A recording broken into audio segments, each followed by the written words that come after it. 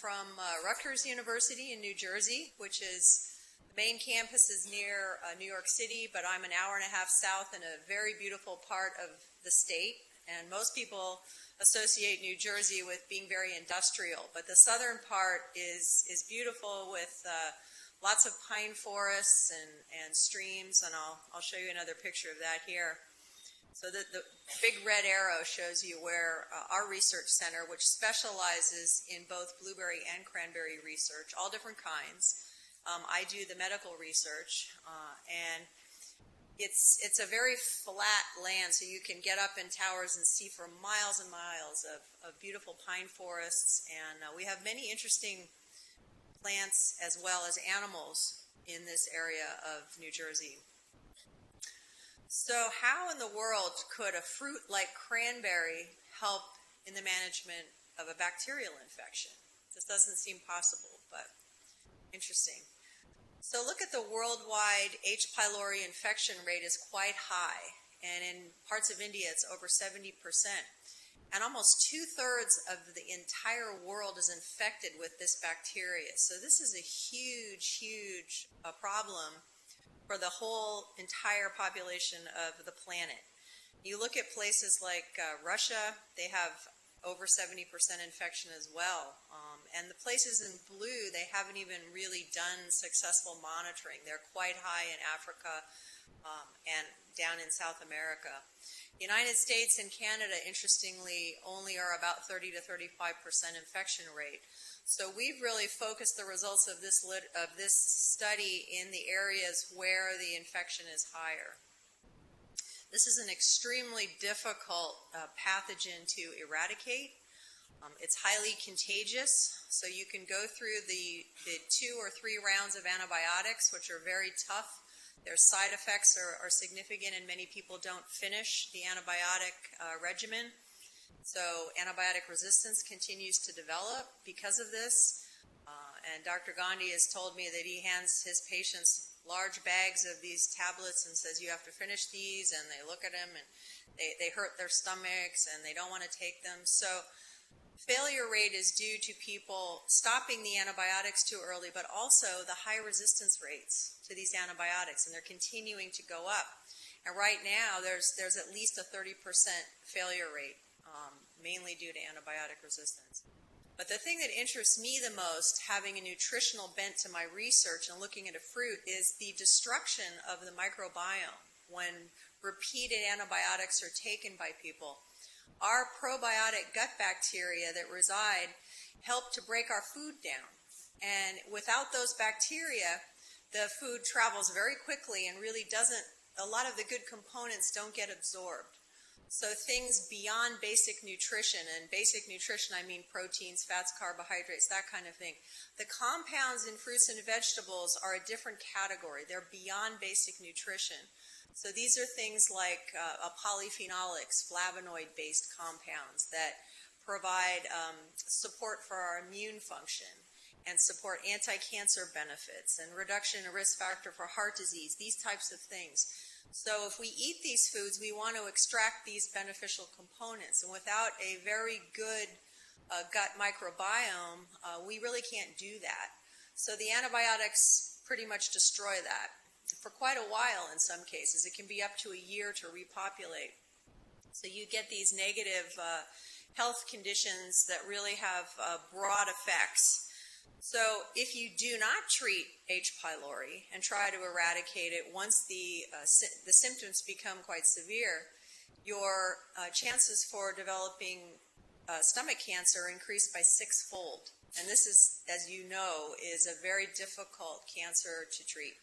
And the mortality rate is quite high. So this is a problem that isn't an easy solution. Now, what do we do about this? Now, let me tell you right off the bat that a fruit such as cranberry or almost any other fruit isn't going to cure infections. It's not going to kill these bacteria like an antibiotic would. So you're not using this cranberry to replace antibiotics. This is a complementary approach that is a diet-based approach where these are consumed on a regular basis to suppress these infections without actually completely eliminating the bacteria.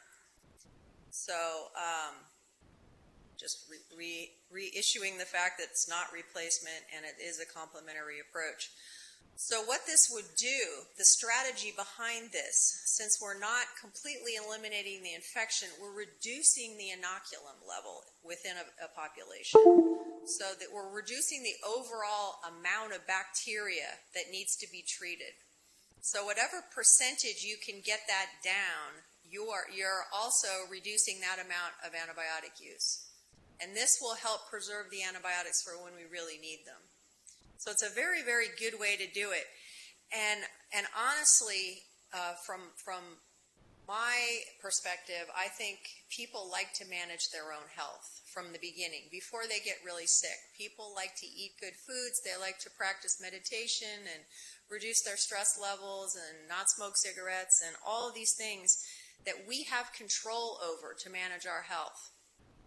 Many people don't pay attention and they wait until they get sick. And then they're stuck with a pharmaceutical drug that has side effects, interacts with other drugs, makes us feel bad, and can do damage to our bodies by, targeting in on what it needs to do. So if there's another way to do this that's more gentle and natural, but also effective, we should pay attention. So this microbiome diversity, I feel, is a very important function of this whole strategy. Also, when you introduce foods into the diet on a regular basis, often it's more culturally acceptable if you can tell people what the benefits are when you consume this food and how these foods are working to bring a health benefit, to fruition. So people like to know what they're eating, and as I say, there's competition for stomach space. We can only eat so much food, so the strategy is to try to eat foods that have a health functionality to them. So it's a food as medicine approach without it actually being a quote-unquote medicine. A little bit about the American cranberry. This really only grows in North America. Very few other places in the world. They're very specific growing conditions. And this is a picture on the left of cranberry marsh or bog. These are located in New Jersey at our research center. It's very flat, laser leveled. These are grown in very, very short masses. They're not bushes. They're sort of masses of plants. And they have, if you cut them open, there are air spaces inside these berries that allow them to float. So some very ingenious people got the idea that what if we flood these marshes with water and knock the berries off and they'll all float to the surface, and then we can loop them in and harvest them more easily. Because before it was backbreaking work. Most of the women did it, by the way, with a rake-like object, and they'd be leaning over like this trying to get these berries out of these marshes. So this technique was very effective, and it's also a beautiful thing to see. If you're ever in the areas where they grow cranberries in the North America, the harvest date is usually October. So you should contact me and I will take you to see the cranberry harvest. I think we've got Dr. Gandhi convinced to come. So he'll be in the water with the cranberries in October, but really spectacular. So once the berries are harvested, they're made into different cranberry products for consumption. And the juice you're probably familiar with, has been the #1 product until recently. Now the sweetened dried cranberries have kind of taken over the world market. People like them because, they add sugar to them so they're sweet. It may not be the best choice from a medicinal perspective, but they still do have benefit for you. And the cooking process does not destroy the beneficial compounds. So that's something to consider. A handful of those will help your urinary tract and your immune system. So they're still good. And we make a cranberry sauce that we eat with meat at our holiday times for turkey and beef. It goes very well. And then also they make a lot of cranberry powders, which they put in capsules and tablets, and is mainly targeting these for the urinary tract infection prevention market. Many, many women get these and take these types of supplements. But if you do want to take those, I caution you, many of them are not very good because they do not use the right part of the cranberry. You have to get the dried juice portion in the capsules, not the remaining skins and pulp. That doesn't work as well. So just to tell you a little about what my focus has been for the last 30 years before the H. pylori work was on urinary tract prevention or infection prevention with cranberries, and there's a lot of good data to support this. Many meta-analyses showing what the clinical trials here, the different demographics. You've got elderly in nursing homes, university women, pregnant women. And pregnant women, it's very interesting for them to take cranberry to prevent infections because it's not good for pregnant women to be consuming antibiotics while they're pregnant. It can be dangerous for the fetus. So they take cranberry juice on a regular basis. Young girls and children, also a very good target because they do get quite a few infections.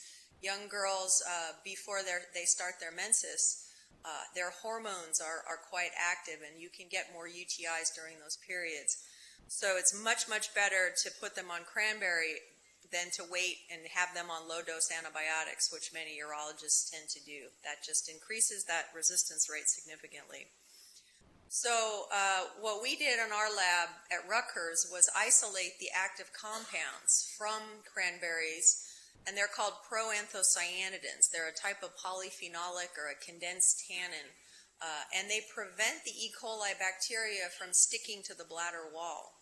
So if you're preventing that initial sticking step, you're preventing the first step in the infection process, and it cannot proceed to an infection. So the bacteria are washed out in the urine stream, and they don't cause infection. So we did this work, identified these compounds and their structures, which are quite unique, and we published it in the New England Journal of Medicine in 1998, and that got the ball rolling, and we collaborated on many clinical studies after that and really got this to be accepted, and why. It's not the acidity of the juice that does it, it's these proanthocyanidins, or we call them PACs for short. And they are responsible, if you've tasted cranberry, responsible for that astringency or that tanginess of the fruit are those proanthocyanidin compounds. So again, the idea is to prevent the infection, reduce the antibiotic use, same idea. And interestingly, cranberry, because I get this question a lot, it doesn't prevent infection. It doesn't prevent adhesion of all bacteria, because we want probiotic bacteria to bind. We want them to grow and benefit our gut and digestion. So it's only the pathogenic species of bacteria that it affects, which is great. And here in India, the antibiotic resistance to fluoroquinolines and other categories of antibiotics is so high that people are actually dying from urinary tract infections. They're not treatable anymore. So this is will become the scenario in the future for H. pylori with stomach cancer if something isn't done to slow this down. And if you do suffer from UTIs, this will show you when you consume cranberry after about 6 to 8 hours, it reaches its peak activity in the urine, begins to drop off. So you want to take cranberry every day for prevention of UTI. So this bacterial anti-adhesion effect is not just limited to the urinary tract. There's also work being done in the oral cavity with isolated PACs for plaque prevention and also for really curative properties for periodontal disease and trench mouth. They're injecting these PACs directly up into the jawbone, and it's regrowing bone that has degraded from periodontal disease. So these are extremely bioactive compounds. And then more recently now we have the H. pylori studies.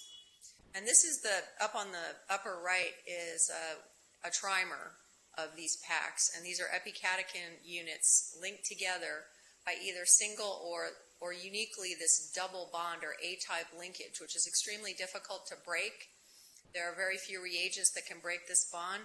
So when you consume these compounds, you are producing very unique metabolites that end up in the urine, and also unique ways from a steric hindrance perspective that these will bind in the gut microbiome and bring about effects even with your enteric nervous system, indirect effects on cell signaling and other modalities.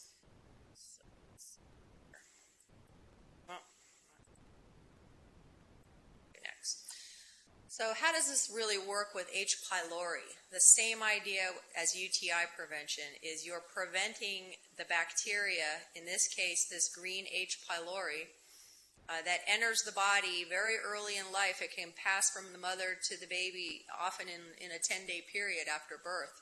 But many children get infected by their parents, and if you live in close conditions with many siblings in a small room, you can all get it. It's contagious, if you will. And you can also get it from drinking contaminated water at a restaurant, from kissing someone that has this bacteria. So you really, if you're in a family situation where someone does have a diagnosed ulcer or diagnosed H. pylori, it might be a very good idea to get the entire family on Cranberry every day to keep this suppressed so it doesn't go through the whole family. But what the mechanisms of action really are here is the mucin layer in the gastric lumen. These bacteria will actually dissolve that mucin layer and allow the bacteria to penetrate down to the gastric lining, and they will bind down there and begin to grow. And once you dissolve that mucin layer, of course, the acid in the stomach will go right to your stomach lining and in some cases burn a hole right through it. So you can then get a bleeding ulcer. It's not fun. So the cranberry prevents the attachment not only to the gastric mucus but the underlying epithelial layers. The first clinical study that was done on this was in China. They had no idea how much to administer, in what form, how often. So they took a stab at it, and they used a commercially available, what we call cranberry juice cocktail. It's not a liquor drink. It's cocktail is just a name in the U.S. and other places for, it's not a full juice. In this case, it was a 27% cranberry juice, water, and a sugar mixture that they gave for 3 months, and this suppressed 15% of these infections. This was a significant finding. So it attracted some attention back at the time, but it got a little bit lost because no other studies were done for a while. The next one was in Chile, and they did it on school-age children. And apparently the schools in Chile are very crowded, and so these bacteria were easily spread among the school population. So they tried cranberry juice, 200 milliliters a day, and they compared that to a lactobacillus, almost like a lassi drink that contained probiotic bacteria. And they put them together to see if it worked better in an additive or synergistic way. They found that the cranberry was quite effective, as well as the lactobacillus drink. Putting them together, there was a little bit of it was a non-significant increase in suppression, but 17% suppression, so it was getting a little bit higher. But the thing here is it only was after 3 weeks of taking this, so it was very quick to act. And so the recent study that we're here to really talk about is one. They were missing gaps in the information about how this should be dosed and the frequency of dosing. So this particular research group from the Peking University Cancer Hospital in Beijing, this group under Dr. Kaifeng Pen is very well known and has done extremely large-scale eradication with triple therapy for H. pylori and published in extremely high-level journals. So she took this on with her group and wanted to find out some missing pieces, what the dosage was that was most effective and how often it needed to be taken. What they found was, after recruiting 522 people, so it was a large-scale study, and these were non-symptomatic, so they were H. pylori positive people, but not severely symptomatic yet. They found that with twice-a-day dosing of a juice that contained 44 milligrams of these packs in the morning and evening, they got a significant 20% suppression, which was highly significant. So the intake frequency was higher than previous studies. The pack level was higher. They tried the cranberry powder, but it didn't dissolve well enough. Once it was consumed, it was in a capsule form. It just kind of got down and went poof, and it didn't coat the gastric lining. So it really didn't have a significant effect. They suggested that in the future, the best thing to do would be to get a soluble cranberry powder that could be in a sachet form or a stick pack that you put into water and dissolve, which would coat the stomach lining, because these powders tend to be more easy to standardize for dosage. They are more stable in a storage situation, and they're easier for people to take in their purses, their backpacks, keep at home. They don't have to be refrigerated. You can travel with them. So that's something that we've been thinking a lot about, and Dr. Gandhi and I have been talking pretty frequently about what we can do about this to even improve on these results. So the suppression rates over the previous trials were due to the higher pack levels, the greater frequency of intake, and the high compliance. They formulated these juices to taste pretty good. They put a non-nutritive sweetener in it, and they consumed it regularly. The compliance rate was up to about 98%, and that's critical in a clinical trial to have high compliance. Otherwise, you don't know if the treatment worked or not.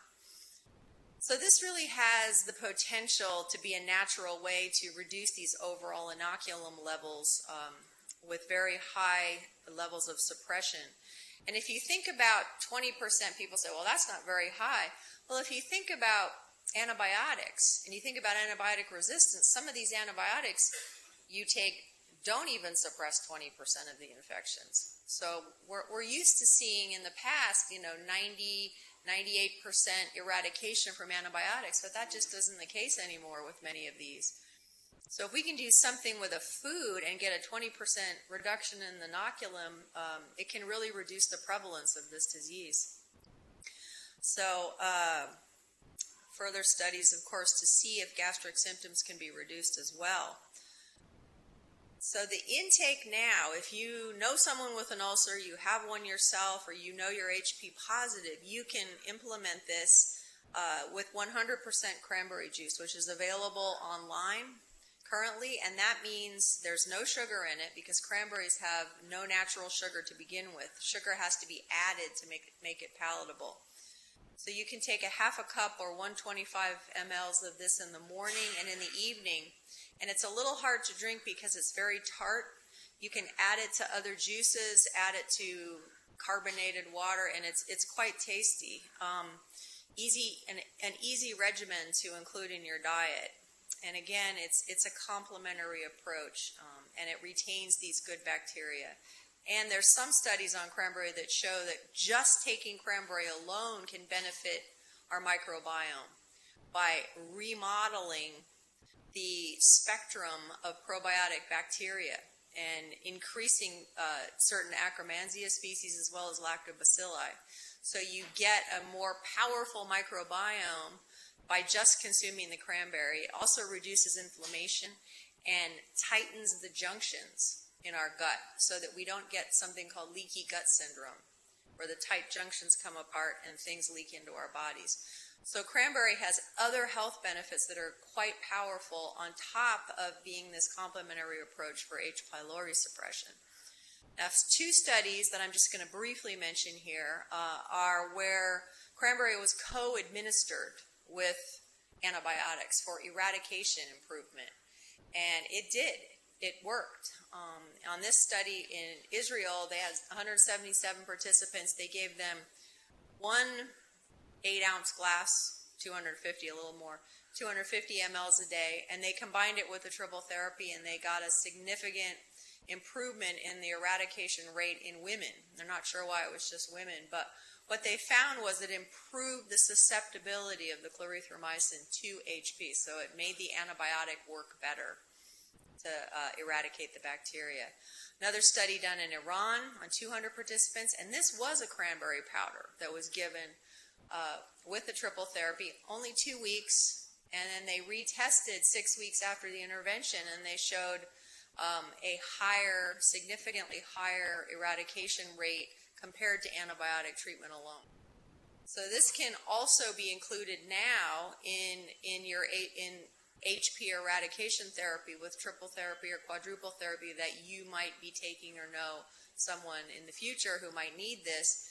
Add some cranberry in and it could help improve the eradication rate.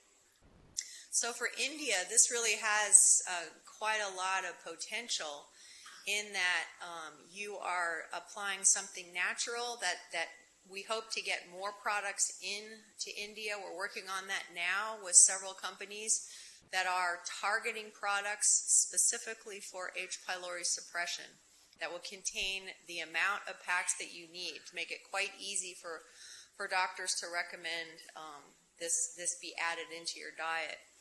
So, and it's a very good incentive for India with these high resistance rates for antibiotics.